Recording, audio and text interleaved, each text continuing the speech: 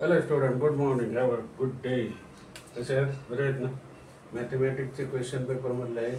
आता इंग्लिश स्पीकिंगमध्ये तुम्ही व्यवस्थित इंग्लिश वाक्य लिहा आणि अनसीन पॅचेसमध्ये ट्राय करा. तेच शब्द परत परत येतील. अनसीन पॅसेज इथे देता येताना आणणार नाही, परंतु त्याच्यातले क्वेश्चन आणि आन्सर मी देणार. ओके, आणि ते सॉल्व करा म्हणजे तुम्हाला त्याच्यातलं each and everything will be follow. You should solve each and everything. कारण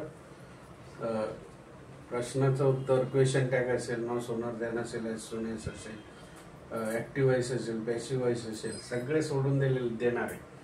आणि 2-3 महिने तेच करा म्हणजे तुम्हाला सगळं काही अंदाज येईल. आता या ठिकाणी I have been studying for 2 hours. बघा, इंग्लिश आहे. इंग्लिश पहिलं वाक्य आहे आय हॅव बीन लागलेलं आहे, त्याच्यापुढे क्रियापदाला ING प्रत्यय. बघा, आय हॅव बीन स्टडींग क्रियापदाला काय लागलेलं आहे? ING प्रत्यय लागलेला आहे. म्हणजे I have been studying for 2 hours. For किती? 2 hours.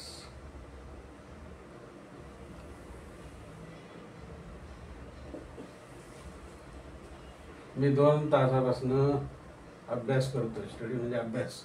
I have been studying for 2 hours. पुढचं वाक्य बघा, he has been playing since 5 o'clock. दुसरं, he has been playing. बघा, इथं हीच्या पुढे हॅज लागलाय, आहे का नाही?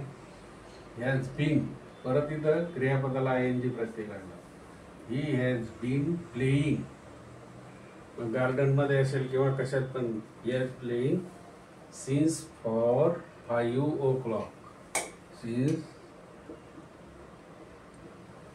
5 o'clock. 5 o'clock.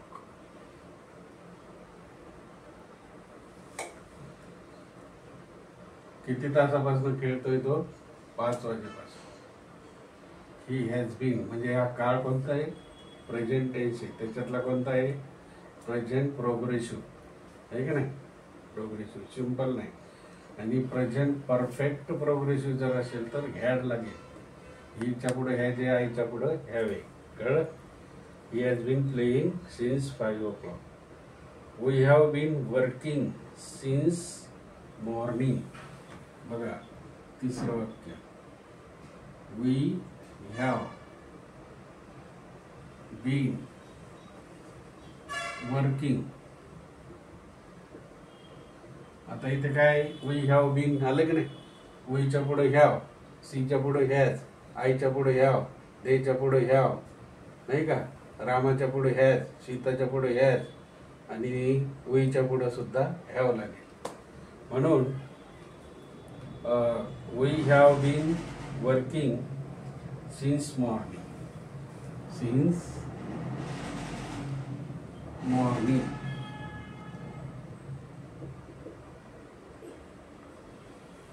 सकाळपासून काम करत आहे.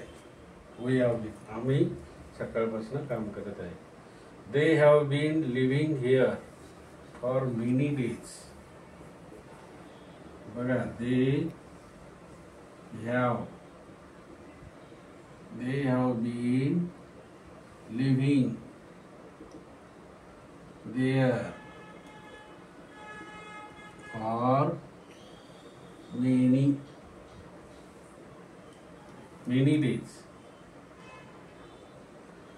They have been living here किंवा there for many days. म्हणजे here लिहिलं किंवा there लिहिलं तरी चालेल. म्हणजे तुम्हाला माहिती आहे, आईच्या पुढे हॅव, वीच्या पुढे हॅव, आणि देच्या पुढे सुद्धा काय? हॅव. हे लक्षात ठेवा.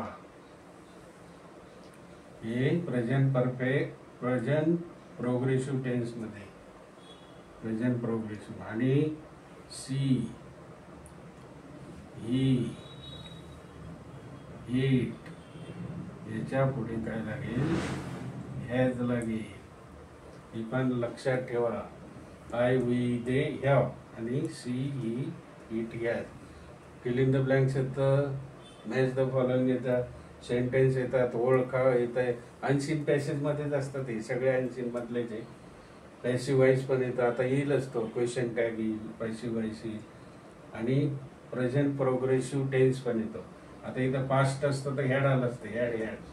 आणि विल असेल तर सगळीकडे ह्या होईल, विल असलं तर सगळीकडे. ओके, हे असे 3 वाक्य तुम्ही करा अजून आणि अभ्यास करा. Study, enjoy study, enjoy hard work and enjoy life. खाना, स्वच्छ रहा, मजेत रहा. Okay, bye.